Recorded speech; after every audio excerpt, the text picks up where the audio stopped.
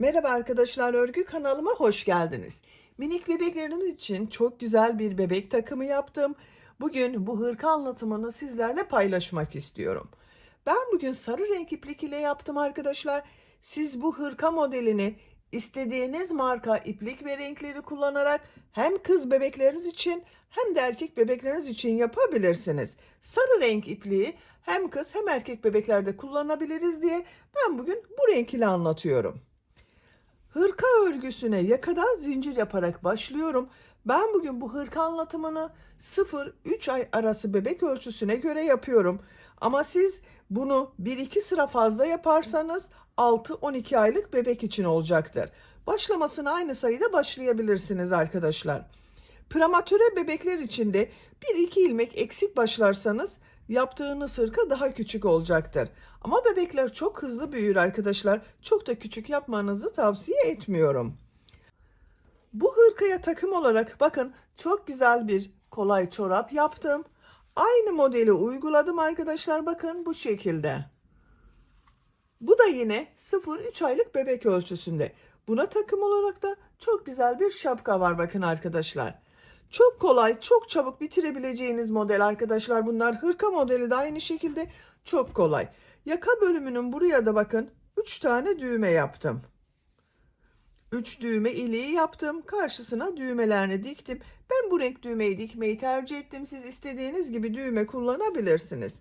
Açık olarak görelim. Bakın bu şekilde. Bunu takım yapmak isterseniz bakın böyle güzel bir de pantolon yaptım arkadaşlar. Bu renk yapmayı tercih ettim. Siz isterseniz hırkayı yaptığınız renk ile pantolon örgüsünü yapabilirsiniz. Bakın çok güzel. Mankenimize hırkayı giydirelim. Manken üzerinde yani bebekte nasıl göründüğünü birlikte bakalım. Bakın arkadaşlar. Üzerinde böyle oldu. Bu bebeğimizin ölçüsü 0-3 ay bebek ölçüsüne göre. Bakın arka görüntüsü böyle görünüyor. Bakın çorap görüntüsü de bu şekilde. Şapkasını da takalım. Bebeğimizi takım olarak üzerinde görelim. Bakın. Bu hırka örgüsünde iplik olarak ben bu sarı renkli ipliği kullandım. 100 gram 340 metre yazan bir iplik. Bu iplikten 1,5 adet iplik kullandım arkadaşlar. Siz bu sarı renkli iplik yerine istediğiniz renk iplikleri kullanarak kız ve erkek bebekler için yapabilirsiniz. İplik markası söylemiyorum arkadaşlar. Elinizde hangi iplik var ise o marka iplikler ile bu örgüyü yapabilirsiniz. Tığ olarak 5 numara 3 milimetre tığ kullandım. Elinizin sıklığına göre, eliniz çok sıkıysa arkadaşlar 1 numara büyük tığları kullanmanızı tavsiye ederim. Bakın benim yaptığım örgüler çok sıkı ve sert değil. Tığ işi örgülerde eliniz sıkıysa yaptığınız örgüler sert olacaktır. Siz de bunun gibi güzel bir takım yapmak isterseniz arkadaşlar şapkanın, çorabın ve pantolonların olduğu YouTube linklerini ben izlediğiniz bu hırka videosunun açıklama bölümüne ekliyorum. Orada bulunan pantolon, çorap ve şapka linklerine tıklarsanız bunun gibi bir güzel takım yapabilirsiniz. İpliği tığı hazırlayalım. Hep birlikte bu güzel hırka örgüsüne başlayalım. Örgü kanalıma abone değilseniz abone olmayı unutmayın lütfen. Örgü kanalıma abone olmak ücretsiz. Örgü kanalıma ücretsiz abone olup orada bulunan zil şeklini dokunarak açık yaparsanız kanalıma video yüklediğim zaman ilk önce size bildirim gelir. Örgülerimden herkesten önce sizin haberiniz olur. İzlediğiniz videolarıma beğeni ve yorumlarınızı da yaparsanız çok sevinirim arkadaşlar. Hepinize kolay gelsin. İyi çalışmalar. Örgüye yakadan zincir yaparak başlıyorum. Zincir yapmak için ilk ilmeği ben bu şekilde yapıyorum. Size nasıl kolay geliyorsa öyle ilmek yapabilirsiniz. Zincirleri yapmaya başlıyorum. Çok sıkı zincirler yapmıyorum bakın. 76 zincir yapalım. 76 zinciri yaptım. Bak çok sıkı zincirler yapmadım arkadaşlar. Bu 76 zincirin kaç santimetre olduğunu ölçüyorum. 30 santimetre zincir uzunluğu var. İnç olarak ölçüyorum. 12 inç. Benim yapacağım ölçü için bu yeterli. Siz daha küçük yapmak istiyorsanız bunu 8-10 zincir eksik yapabilirsiniz. Daha büyük çocuklar için yapmak istiyorsanız 8, 10, 16, 20 zincir fazla yaparak istediğiniz büyüklükte başlayabilirsiniz. Bu sırada trabzan sırası yapacağız. Trabzan sırasını yaparken yaka ayrımlarını da yapıyoruz. Tığ üzerine iplik alıyorum. 3 ilmek atlıyorum. 1, 2, 3, 4. ilmek içine trabzan yapıyorum. Bak bu 3 ilmek atlayarak yaptığımda bir trabzan. 1, 2, 11 trabzan yapıyorum. 3, 4, 5, 6, 7, 8, 9, 10, 11. Bak 11 trabzan oldu. Arttırma yeri için bir zincir yapıyorum. Tığ üzerine iplik alıyorum. Kol bölümü için bak ilk ilmek üzerine aynı ilmeği yapmıyorum arkadaşlar. Bak yanında bulunan ilmek üzerine trabzan yapıyorum. Kol bölümü için 15 trabzan yapıyorum ben. 2, 3, 4, 5, 6, 7, 8, 9, 10, 11, 12, 13, 14, 15. Bak kol bölümü için 15 trabzan yaptım. Bir zincir yapıyorum. Bak ilk ilmek üzerine trabzan yapıyorum. 21 trabzan yapıyoruz buraya arkadaşlar.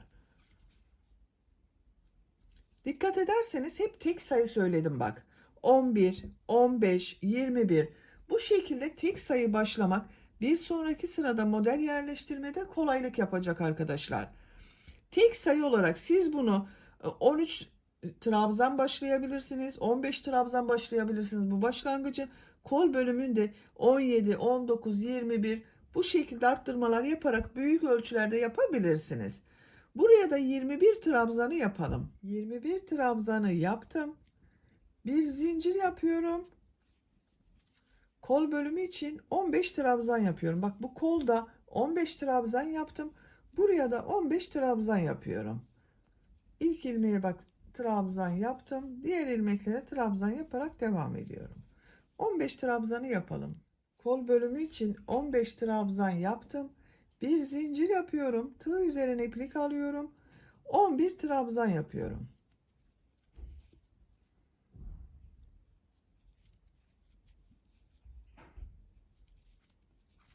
Bak ben burada 11 trabzan yaptım. Buraya da 11 trabzan yapıyorum. Sıra sonuna kadar devam edelim. Sıra sonuna kadar tamamladım. Buraya da bak 11 trabzan yaptım. Bu birinci sırada yaka ayrımlarını yaptık. Bak ön bölümünü, kol bölümünü ve arka bölümü belirledik arkadaşlar. İkinci sıradayım. İkinci sırada pıtırcık modeli yapıyorum. Bir pıtırcık modeli bir trabzan şeklinde devam edeceğiz. Bu ikinci sırada pıtırcık modeli yapıyorum. Bir zincir yapıyorum, örgüyü çeviriyorum. İlk ilmek üzerine sık iğne yapıyorum. Tığ üzerine 2 defa iplik doluyorum. İkinci ilmeğe üçlü trabzan yapıyorum. Bak 3 defa da çıkarıyorum. 1, 2, 3. Diğer ilmeğe sık iğne yapıyorum. 2 defa iplik doluyorum tığ üzerine. Üçlü trabzan yapıyorum.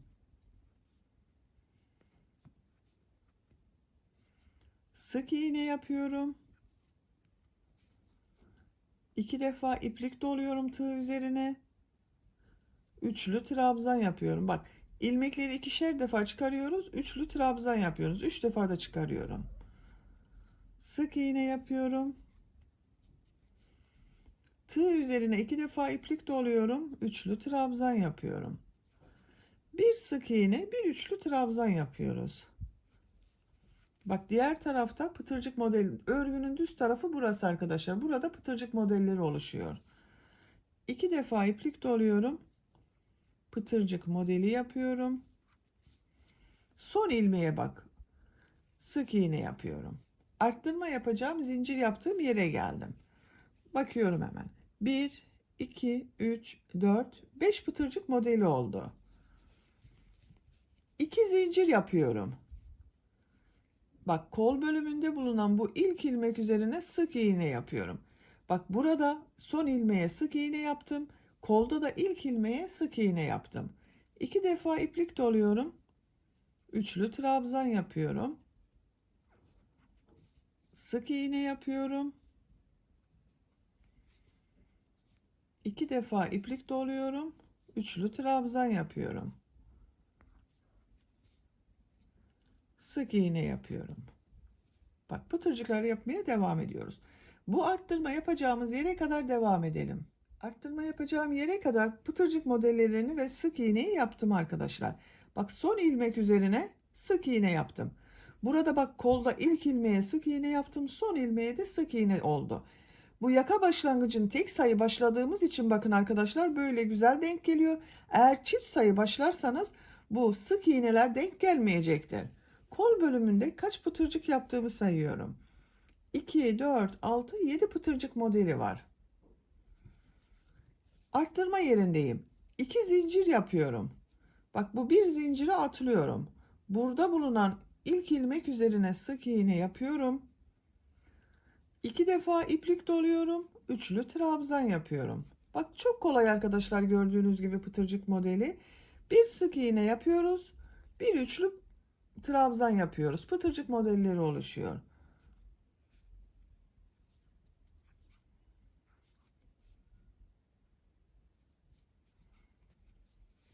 Arttırma yapacağımız buraya kadar devam edelim. Arttırma yapacağım yere kadar tamamladım. Bak, son ilmek üzerine sık iğne yaptım. Kaç pıtırcık modeli yaptığımı sayıyorum. 1, 2, 3, 4, 5, 6, 7, 8, 9, 10 pıtırcık modeli oldu. 2 zincir yapıyorum. Bu bir zincire atlıyorum. Kolda bulunan bu ilk ilmek üzerine sık iğne yapıyorum. Tığ üzerine 2 defa iplik doluyorum. Üçlü trabzan yapıyorum. Sık iğne yapıyorum. Üçlü trabzan yapıyorum. Buraya kadar devam edelim. Arttırma yapacağım yere kadar tamamladım. Bak, son ilmeğe yine sık iğne yaptım. 2 zincir yapıyorum. Bir zincire atlıyorum. Bu ilmek üzerine sık iğne yapıyorum. Tığ üzerine 2 defa iplik doluyorum. İkinci ilmeğe üçlü trabzan yapıyorum. Bir sık iğne yapıyoruz yine. Bir üçlü trabzan yapıyoruz.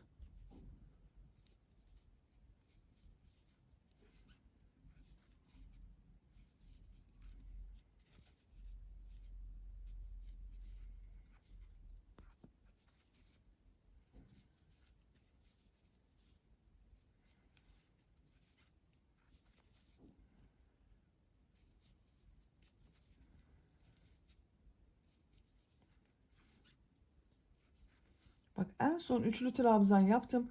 Burada bir alt sırada 3 ilmek atlayarak yaptığım trabzan var. Bunun bu son zincir üzerine sık iğne yapıyorum. Bak, sık iğne ile bitirdim. Burada da yine bak, 2, 4, 5 pıtırcık modeli var. Burada da pıtırcık modeli 5 arkadaşlar. Kontrol edelim arada bir arkadaşlar, bu pıtırcık modellerini arttırma ve eksiltme yapmayalım. Üçüncü sıradayız. Üçüncü sırada trabzan sırası yapıyorum. Bir zincir yapıyorum, örgüyü çeviriyorum. Bak, bu ilk ilmek üzerine sık iğne üzerine trabzan yapıyorum. Her ilmek üzerine trabzan yapıyorum. Tığ üzerine iplik alıyorum. Bak, bu pıtırcık yaptığım üçlü trabzanın üzerinde bulunan ilmeğe trabzan yapıyorum. Bu sık iğne üzerine trabzan yapıyorum. Bak bu ilmek üzerine trabzan yapıyorum.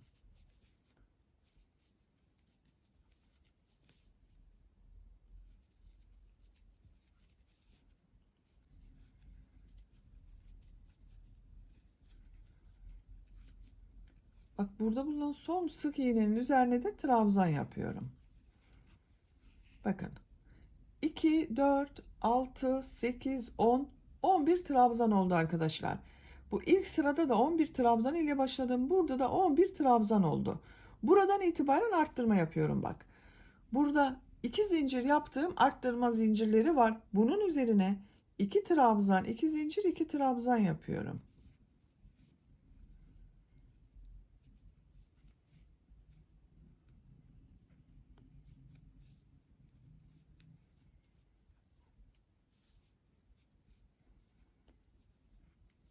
Bak 2 trabzan, 2 zincir, 2 trabzan oldu. Tığ üzerine iplik alıyorum. Bak burada bulunan ilmekler üzerine trabzan yaparak devam ediyorum. Sık iğne üzerine trabzan yapıyorum. Bu pıtırcık modeli yaptığım ilmek üzerine trabzan yapıyorum. Atlama yapmıyorum arkadaşlar bak.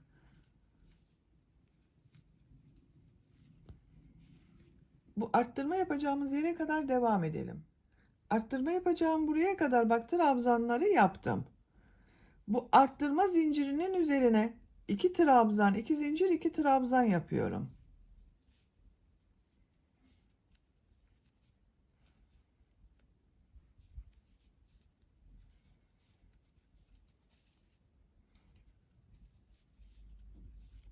İki trabzan, 2 zincir, 2 trabzan yaptım. Diğer ilmeklere birer defa trabzan yapıyorum.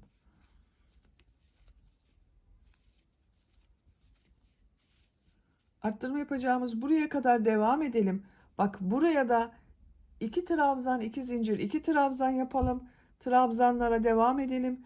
Bu arttırma yerine de 2 trabzan, 2 zincir, 2 trabzan yapalım. Sıra sonuna kadar tamamlayalım. Sıra sonuna kadar tamamladım. Bak bu arttırma yerlerinde yine 2 trabzan, 2 zincir, 2 trabzan yaptım. Bak yakanın şekli böyle oldu arkadaşlar. Bir sıra trabzan yaptık. Pıtırcık modeli yaptık. Trabzan yaptık. Dördüncü sıradayım. Dördüncü sırada yine pıtırcık modelleri yapıyorum. Bir zincir yapıyorum. Örgüyü çeviriyorum. İlk ilmek üzerine sık iğne yapıyorum. Tığ üzerine 2 defa iplik doluyorum. Üçlü trabzan yapıyorum.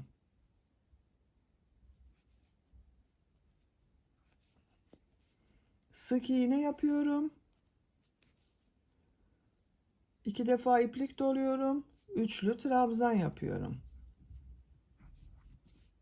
Sık iğne yapıyorum. Bak bu şekilde pıtırcıklar oluyor. Arttırma yapacağımız buraya kadar devam edelim. Arttırma yapacağım yere kadar pıtırcık modellerini yaptım. Bak son ilmeğe yine sık iğne yaptım. Sık iğne ile başladım, sık iğne ile bitirdim. Bak arkadaşlar 2, 4, 6 pıtırcık modeli var. Burada 5 pıtırcık modeli oldu. Bak bu sırada 6 pıtırcık modeli oldu. Arttırma yeri için 2 zincir yapıyorum. Bak bu 2 zinciri atlıyorum. Bu ilk ilmek üzerine sık iğne yapıyorum. 2 defa iplik doluyorum. Üçlü trabzan yapıyorum. Bir sık iğne yapıyoruz. Bir üçlü trabzan yapıyoruz.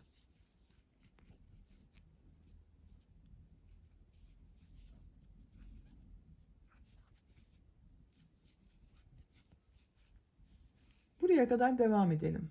Arttırma yapacağım yere kadar pıtırcık modellerini yaptım bak. Arttırma yeri için 2 zincir yapıyorum. Bu 2 zinciri atlıyorum. Bu ilk ilmek üzerine sık iğne yapıyorum. 2 defa iplik doluyorum. Üçlü trabzan yapıyorum. Pıtırcık modellerini yapıyorum bak.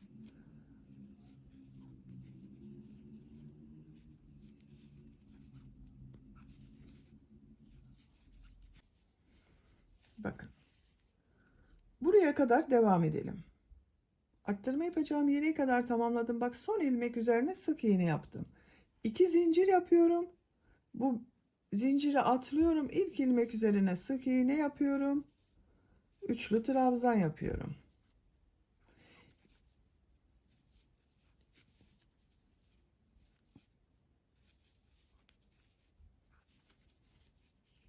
buraya kadar devam edelim. Arttırma yapacağım yere kadar bak pıtırcık modellerini yaptım. 2 zincir yapıyorum. İlk ilmek üzerine sık iğne yapıyorum. Tığ üzerine 2 defa iplik doluyorum. Üçlü trabzan yapıyorum. Sıra sonuna kadar devam edelim. Sıra sonuna kadar tamamladım. Bak son ilmek üzerine sık iğne yaptım. Bakın. İkinci pıtırcık sırasını bitirdim arkadaşlar. 5. sıradayım. 5. sırayı trabzan sırası olarak yapıyorum. Bir zincir yapıyorum, örgüyü çeviriyorum. İlk ilmek üzerine trabzan yapıyorum. Bak model üzerine trabzan yapıyorum. Sık iğne üzerine trabzan yapıyorum.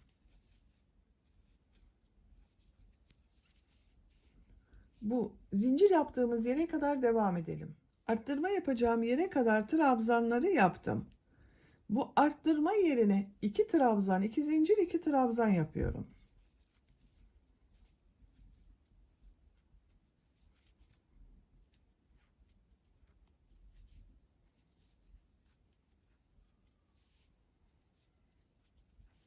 İki trabzan, 2 zincir, 2 trabzan yaptım.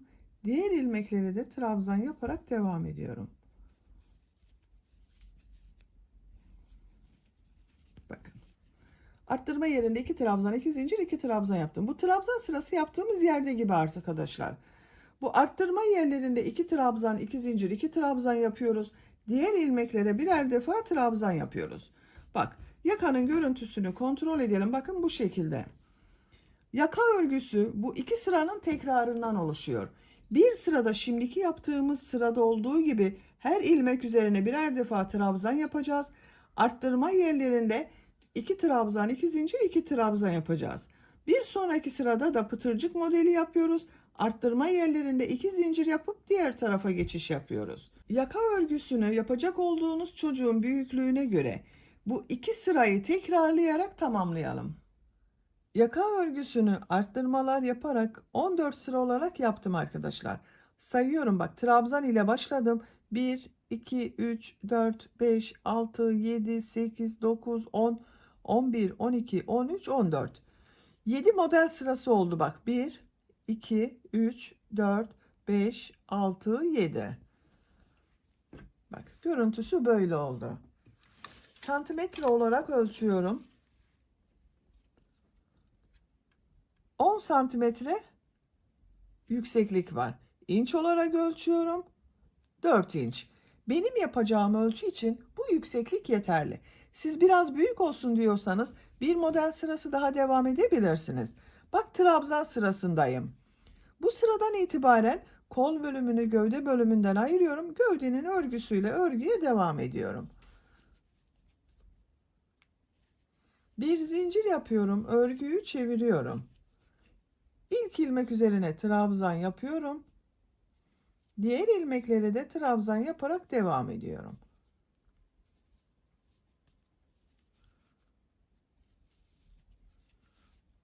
Bu arttırma yaptığımız yere kadar devam edelim. Arttırma yapacağım yere kadar bak ön bölümde trabzanları yaptım. Arttırma yerine ön bölüm için 2 trabzan yapıyorum. Kol altı için 2 zincir yapıyorum. Tığ üzerine iplik alıyorum. Kolda bulunan bak bütün modelleri atlıyorum. Kol ile arka bölümü ayıran bu arttırma yerine arka bölüm için 2 trabzan yapıyorum. Bak. Bu şekilde kolu gövde bölümünden ayırdık. Diğer ilmeklere birer defa trabzan yapıyorum.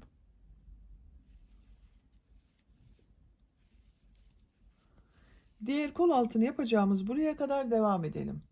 Diğer arttırma yerine kadar bak arka bölümde trabzanları yaptım. Bu arttırma zincirinin üzerine arka bölüm için 2 trabzan yapıyorum.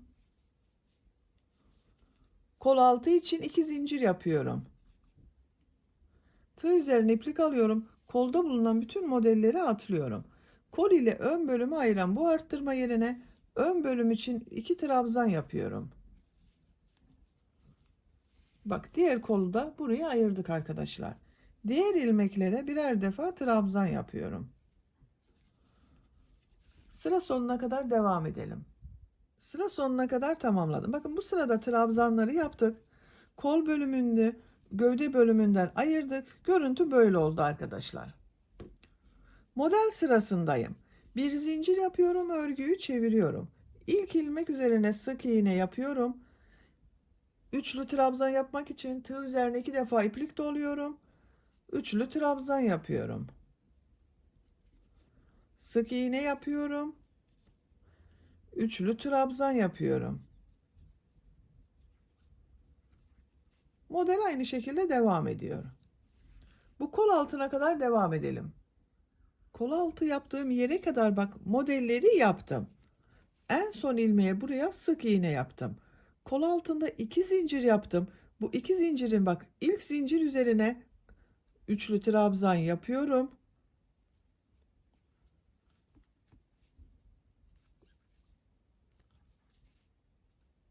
İkinci zincir üzerine sık iğne yapıyorum. Bak modeli devam ediyorum. Üçlü trabzan yapıyorum.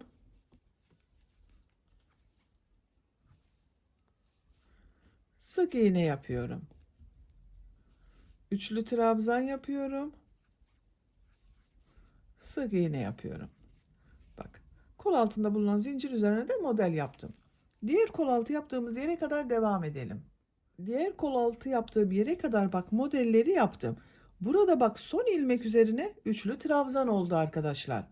Bu iki zincirin ilk zincir üzerine sık iğne yapıyorum.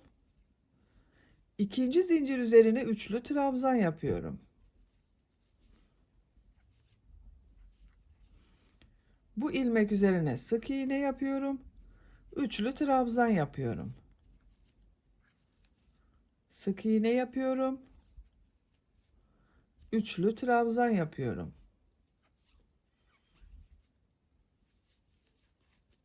Bak bu kol altına da modeli yaptım. Sıra sonuna kadar devam edelim.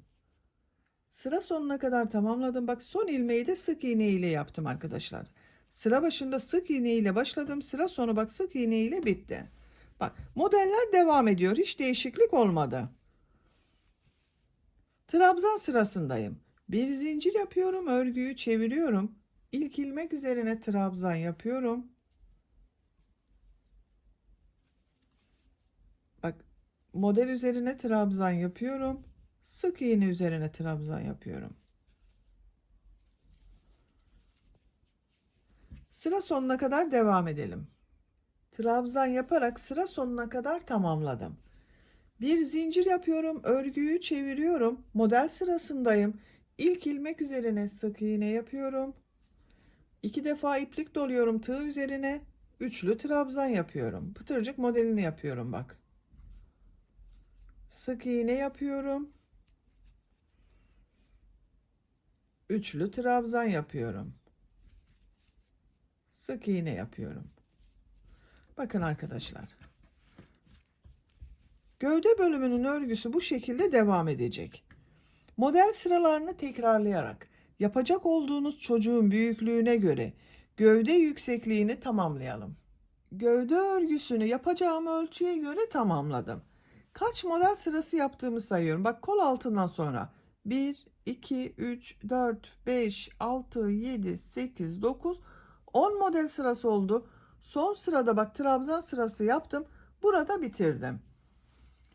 Başlangıçtan itibaren kaç model sırası yaptığımda sayıyorum. Bak 1, 2, 3, 4, 5, 6, 7, 8, 9, 10, 11, 12, 13, 14, 15, 16, 17 model sırası var. Görüntü bak böyle. Santimetre olarak da ölçmek istiyorum. Bazı arkadaşlar el sıklığına göre bu sıra sayısı değişebilir arkadaşlar. 15 santimetre yükseklik var. Şimdi ön patları yapmak istiyorum ben buraya. Düğme iliği de yapacağız. Bak ipliğin ucu burada. Bir sıra sık iğne yapıyorum bu yaka başlangıcına kadar. Bir zincir yapıyorum. İlk ilmek üzerine sık iğne yapıyorum. Bak buraya bir sık iğne yapıyorum. İlmekler zaten görünüyor bak.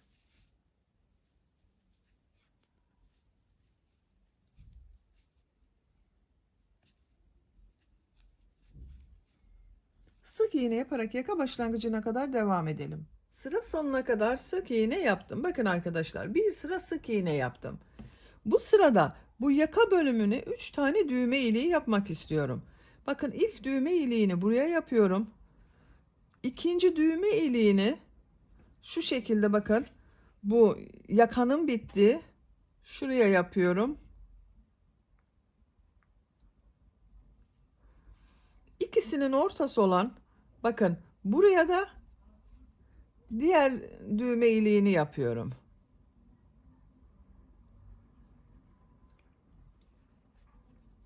Bir zincir yapıyorum, örgüyü çeviriyorum. İlk ilmek üzerine sık iğne yapıyorum. Düğme iliği için 2 zincir yapıyorum. 2 ilmek atlıyorum, sık iğne yapıyorum. Kaç sık iğne yaptığımda sayalım. Bakın, buraya kadar sık iğne yapıyorum. 1, 2, 3, 4, 5, 6, 7, 8. Bakın, diğer düğme iliği yapacağım yere geldim. Düğme iliği için 2 zincir yapıyorum. 2 ilmek atlıyorum. Sık iğne yapıyorum. Bu iki düğme iliği arasına 8 sık iğne yaptım. Buraya da 8 sık iğne yapıyorum.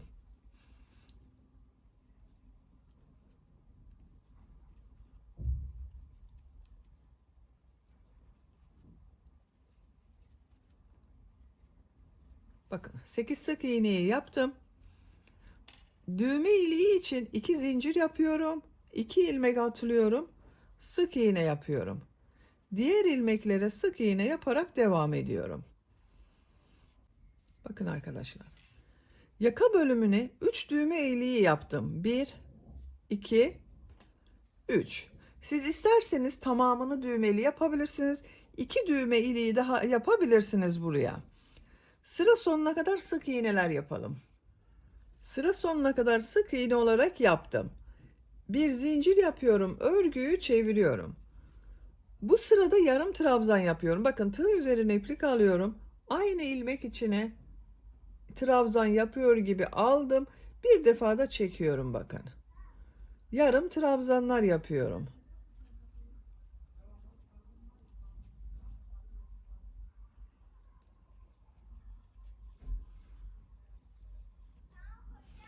Düğme iliği yaptığımız buraya kadar devam edelim. Düğme iliği yaptığım yere kadar yarım trabzanları yaptım. Bakın, görüntüsü böyle.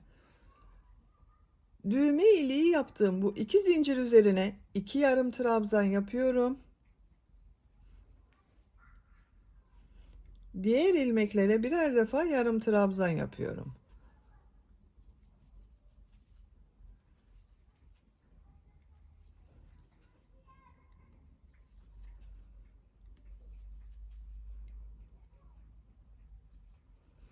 Bakın, bu düğme iliğinin üzerine de 2 yarım trabzan yapıyorum.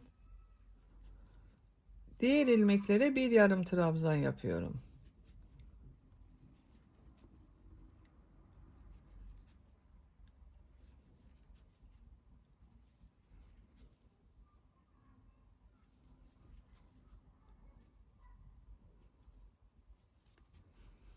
Bu 2 zincir üzerine 2 yarım trabzan yapıyorum. Bir yarım trabzan yapıyorum. Bakın arkadaşlar, bu sırada bu 2 zincirlerin üzerine 2 yarım trabzan yaptım. Düğme illikleri daha belirgin oldu. Yaka çevresinde sık iğne olarak yapıyorum. Bu ilk ilmek üzerine sık iğne yapıyorum. Bakın, diğer ilmeklere sık iğne yaparak devam ediyorum.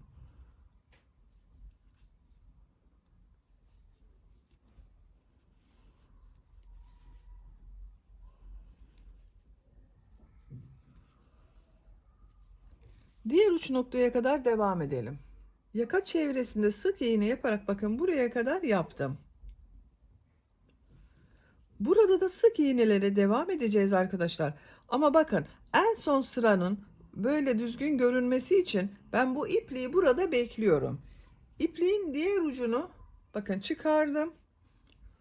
Buradan 2 sıra sık iğne yapıyorum. Daha sonra 3. sırayı bu iplik ile devam ediyorum.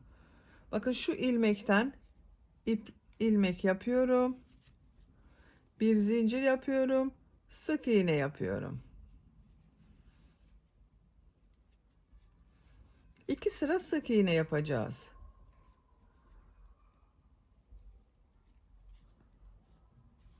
Sıra sonuna kadar devam edelim. Sıra sonuna kadar sık iğne yaptım. Bir zincir yapıyorum. Örgüyü çeviriyorum. İlk ilmek üzerine sık iğne yapıyorum. Diğer ilmeklere sık iğne yaparak devam ediyorum. Yine sık iğne sırası yapıyorum. Sıra sonuna kadar devam edelim. Burada düğme iliği yapmıyoruz arkadaşlar. Bakın düğme iliğini buraya yaptım. Burayı düz yapıyoruz. Sıra sonuna kadar sık iğneyi yaptım. Bakın 2 sıra sık iğne yaptım arkadaşlar. İpliği kesiyorum.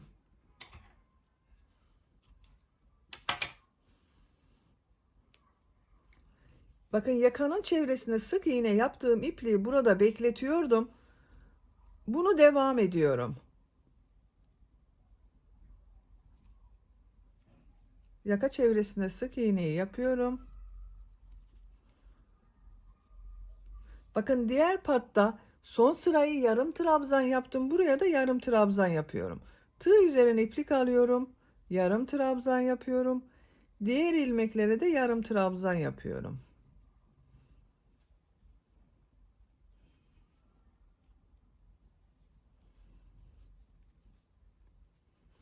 Sıra sonuna kadar devam edelim. Üçüncü sırada yarım trabzan yaparak bakın sıra sonuna kadar tamamladım. Buranın dönüşü bakın bu şekilde düzgün oldu arkadaşlar. Uç bölümdeyiz. Uç bölümde pıtırcık modelleri yapıyorum. Bakın en son ilmeğe yarım trabzan yaptım. Bir sık iğne yapıyorum.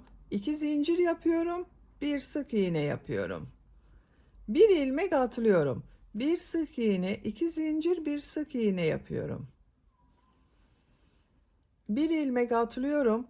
Bir sık iğne, 2 zincir, bir sık iğne yapıyorum.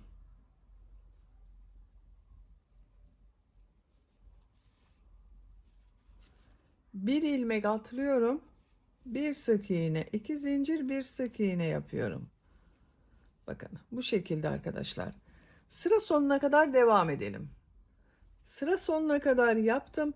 Son yaptığım pıtırcık modelini bu ilmeğe tığ takıyorum. İlmek kaydırma yapıyorum. Bakın düzgün bir görüntü yaptım. İpliği kesiyorum.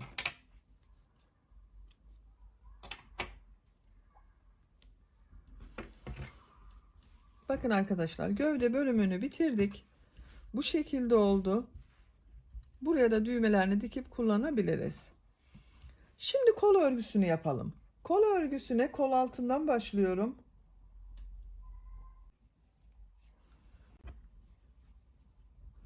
Bakın kol altında şu ilmeğe tığ takıyorum. İplik bağlıyorum. İlmek yapıyorum. Bir sıra trabzan sırası yapıyorum. Bakın en son kolu modelli bölümde bitirdim. Düz taraftan trabzan sırası yapıyorum. Arttırma yerine bir trabzan yapıyorum. İlmekler üzerine trabzan yapıyorum.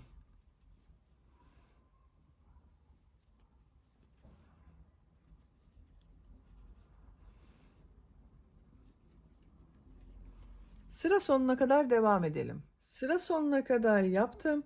Arttırma yerine bir trabzan yapıyorum. Kol altında yaptığım ilmek ile ilmek kaydırma yaparak birleştiriyorum. Bakın bir sıra trabzan sırasını yaptım. Şimdi model sırasındayım. Örgüyü çeviriyorum. Tığ üzerine 2 defa iplik doluyorum. Bu ilk ilmek üzerine üçlü trabzan yapıyorum. Sık iğne yapıyorum.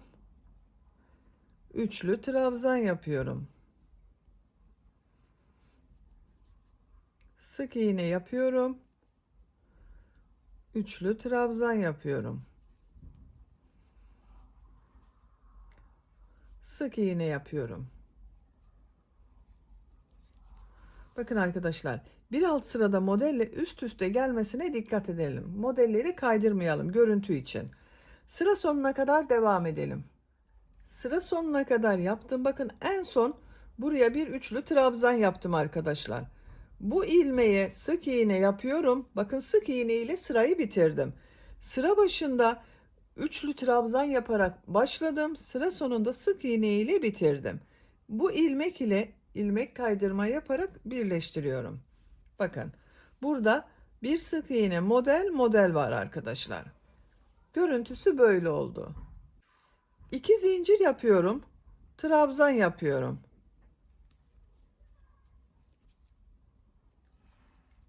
Her ilmek üzerine trabzan yapıyorum. Sıra sonuna kadar devam edelim. Sıra sonuna kadar trabzanı yaptım. Bakın bu ilk ilmek ile ilmek kaydırma yaparak sırayı birleştiriyorum. Bakın arkadaşlar trabzan sırası böyle oldu. Şimdi model sırasındayım. Örgüyü çeviriyorum. Tığ üzerine 2 defa iplik doluyorum. Bakın bu ilk ilmek üzerine üçlü trabzan yapıyorum. Sık iğne yapıyorum. Üçlü trabzan yapıyorum. Sık iğne yapıyorum. Üçlü trabzan yapıyorum. Sıra sonuna kadar devam edelim. Modelleri yaparak sıra sonuna kadar yaptım. Bakın sıra sonunda yine sık iğne yaptım. Üçlü trabzan ile başladım. Sık iğne ile bitirdim. Bu ilmek ile ilmek kaydırma yaparak birleştiriyorum. 2 zincir yapıyorum. Trabzan sırasındayım. İlk ilmek üzerine trabzan yapıyorum. Diğer ilmeklere trabzan yaparak devam ediyorum.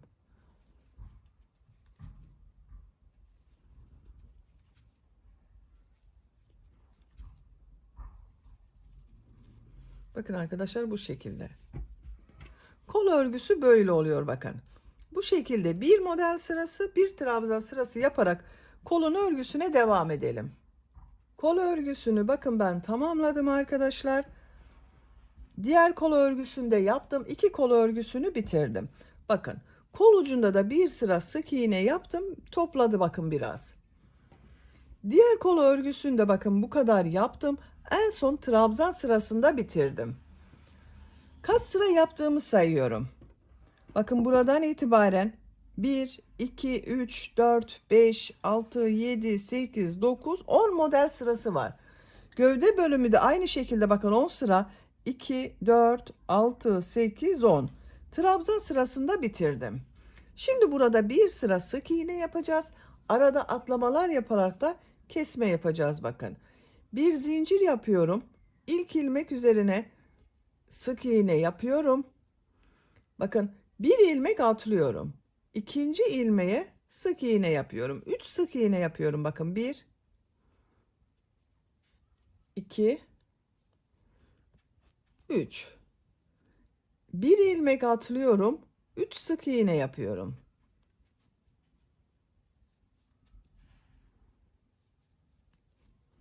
Bir ilmek atlıyorum. 3 sık iğne yapıyorum. Bakın bu şekilde. Sıra sonuna kadar devam edelim. Sıra sonuna kadar tamamladım. Bu sırada bir ilmek atladım, 3 sık iğne yaptım. Bir ilmek atladım, 3 sık iğne yaptım. Son ilmeği ilk yaptığım ilmek ile ilmek kaydırma yaparak birleştiriyorum. İpliği kesiyorum.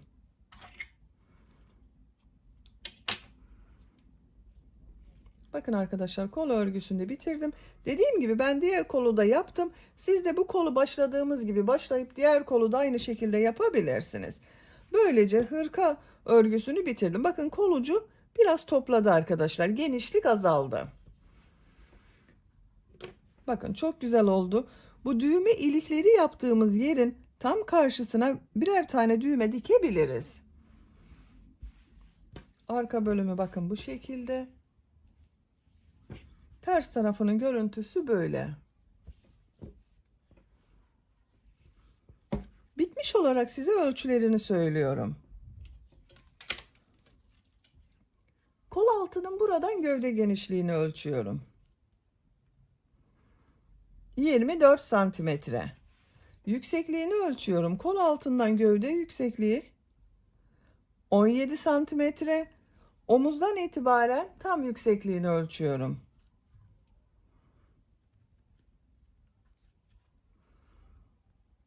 29 santimetre. Kol yüksekliğini ölçüyorum. 14 santimetre kol yüksekliği var arkadaşlar. Ben bugün 3 aylık bir bebek için yaptım arkadaşlar. Bu büyüklükte bir hırka oldu bakın. İkinci yumak iplikten de bu kaldı. Bir yumak ipliği bitirdim. İkinci yumak ipliğe başladım arkadaşlar. Beni dinlediğiniz ve izlediğiniz için hepinize çok teşekkür ederim. Örgü kanalıma abone değilseniz abone olmayı unutmayın lütfen. Örgü kanalıma abone olmak ücretsiz. Örgü kanalıma ücretsiz abone olup orada bulunan zil şeklini dokunarak açık yaparsanız kanalıma video yüklediğim zaman ilk önce size bildirim gelir. Örgülerimden herkesten önce sizin haberiniz olur. İzlediğiniz videolarıma beğeni ve yorumlarınızı yaparsanız çok sevinirim arkadaşlar. Sizlerle yeni örgülerde görüşmek dileğiyle. Hoşça kalın, sevgiyle kalın.